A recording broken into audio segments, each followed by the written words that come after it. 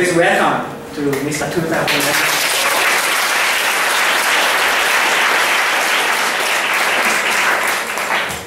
Good afternoon, everyone. I'm Thuta. Ming Lao. Welcome, everyone. I'm Thuta from Myanmar. I am very happy to be here in your beautiful city. I'm really grateful to the organizers for bringing me here. The topic I will be talking about is very similar to what Yoshi-san said about the whole theme.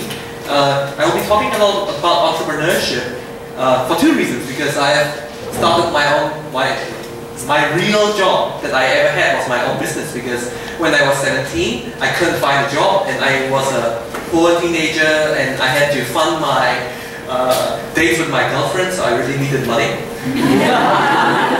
So out of necessity came entrepreneurship, and the business was quite successful that it was recognized by the British Council, and I managed to study in the UK at 19 without having my undergraduate degree for a postgraduate program. So, and I also fell in love with the entrepreneurship education. So I studied quite well, and I also became a lecturer of entrepreneurship. I used to teach in England and also in Malaysia. In Myanmar, now I'm back in Myanmar full time. You know, actually, can you hear me? The back. Yes. That's the benefit of being a lecturer. So I'm in Myanmar. I'm running my own consulting firm. My consulting firm is still young. It's a new. I just returned to Myanmar full time last November. So it's about 7 months old consulting firm that I've set up.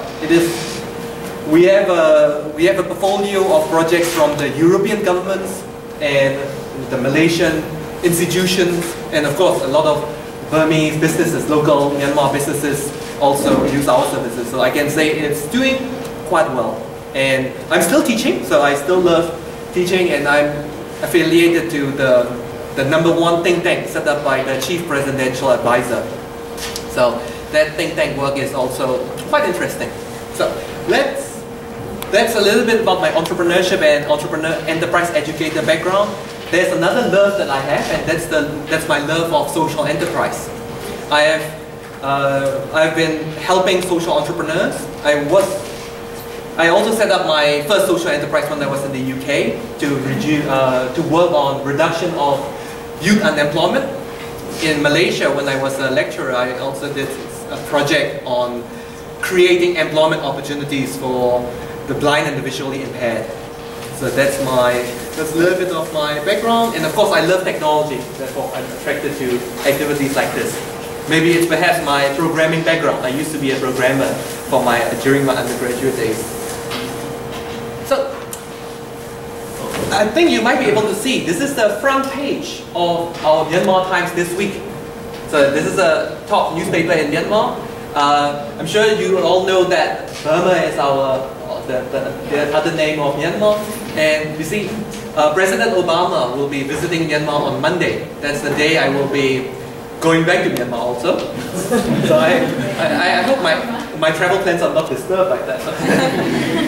So it's a really exciting moment in Myanmar. Obama, right? With B-U-R-M-A now, Obama. But that wasn't true until a few years ago. Myanmar was the bad apple of the whole of ASEAN. Anything about Myanmar is really nasty and horrible. But now, suddenly we have become the darling of the world. So it's really exciting. It's exciting for Myanmar. It's also exciting for the ASEAN. Because ASEAN has been very patient with the country, including Vietnam. And the ASEAN has been very patient with Myanmar, and now things are changing for good. But we can say Myanmar, I will be a bit self-obsessed and talk about Myanmar in the first few slides, and then we go to the general.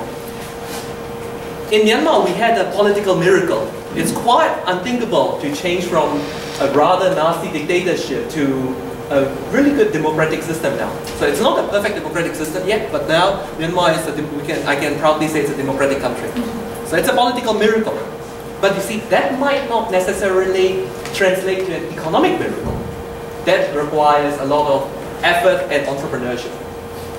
and I will be touching a lot on that. So with these changes in Myanmar, of course, there are so many opportunities. There are simply so many opportunities in Myanmar, because also we have to play catch up with the world. Of course, it's not just Myanmar, it's also in ASEAN. There's so many opportunities with the AEC coming up. Yoshi-san has covered a lot of stuff that I have to cover, so I'm feeling very relaxed now. There's so, with the AEC, there are so many promising things. There are so many worrying things. Worrying things as in there will be environmental pollution, etc. But there will also be large enterprises moving into countries which might wipe out SMEs. So it is in a way a little bit worrying. But if you think and look positively, there are a lot of opportunities for us, the ASEAN nationals, as well as people, non-ASEAN nationals living in ASEAN countries, to collaborate, and we could tap into many opportunities. But I won't be talking about general entrepreneurship here. The message that I would like to share with you will be on focus. Because only when you have the right focus, you will be able to select some of the opportunities. Because like I said, it's not a matter of not having much opportunities, it's a matter of having so many opportunities. Okay? So I'll be talking about focus, and I can give you 4 examples. I think as a lecturer, I know how to fail the exam and how to pass the exam, right? So I can share 2 exams I failed, 2 businesses that I didn't do pretty well. And there's one business that I did. It was in Qatar. So that's when I was living full-time in the UK. I had a project with the Middle East. So it was a project on postgraduate education. So you see, I wasn't really focused on education per se. It was more like there are some people who have money, so I thought like maybe I can make easy money out of it. So it didn't end well. So that's when the wrong focus or the wrong mind can get into trouble. Where did I do well? The first business I started out when I was 17, it was an IT business. Because remember, I was trained as a programmer, but I couldn't find myself a job as a programmer, so I said, why didn't I set up a software firm? And it went really well in Myanmar. And the business was successful because the only focus that I had was not other businesses, just on doing really good programming and finding the best programmers for my team, and the business was really successful. I can give you another grade C or D- example, and that's when I was working. That's when I was working in Malaysia as a lecturer. I did some work. It was a social enterprise idea. That idea was to set up an online radio station to be staffed by the blind and visually impaired. So, because I know there are so many people who have so much talent in producing with good voice, so I thought that would be a good opportunity. And I had some funding, so I had the support of the World Blind Union. But what I did wrong is I didn't do enough research on getting the right people. So the focus was not too right. So I got my reward back, which is the project was delayed. So I can't say it has been failed because the project is more or less ongoing. So, and then I can also give you my A+. The A+ is my current business. The current business, when I was planning to go back to return to Myanmar, I had this thing that if I go back to Myanmar, where can I add the most value? Where can I do the best service? And that happened to be a link between the Western countries, because I have good relationships with the UK and the other European governments, because I also used to be a consultant at the ILO, International Labour Organization, which is part of the United Nations. I was their web consultant. So I thought I will maximize on my contacts there, and then it went well. So my focus was good, and when I returned to Myanmar, I managed to find the right people who are like me, who have returned recently to Myanmar, So getting the right team and having the right market, so the business is doing well so far. So why am I focusing on focus? Why am I so obsessed with focus? It's because, you see, young people or young entrepreneurial people, we have so much energy. Do you agree? Yes. So energy is there. And then you have to work with that energy. So it's channeling that energy. And when we channel that, if we don't channel that, what happens is we will waste our energy through so many unconnected activities. So you see, opportunities are there, it's a matter of focus. And you have to find the right talent. So once you have done your focus, you've selected the spot where you want to enter your market, so you are going to start your own business, you select something, and then you select something only when you know that you have the skills and talents to do so, or you have the team who can do so, or you know where you can get such talent. If you can't, don't do it. Like I will get my D- with the online radio project. It might happen. So, I think as Okita Sensei might have agreed, we lecturers are very good with coming up with terms, and I made up a term called mind tuning, which is where do we put our mind to?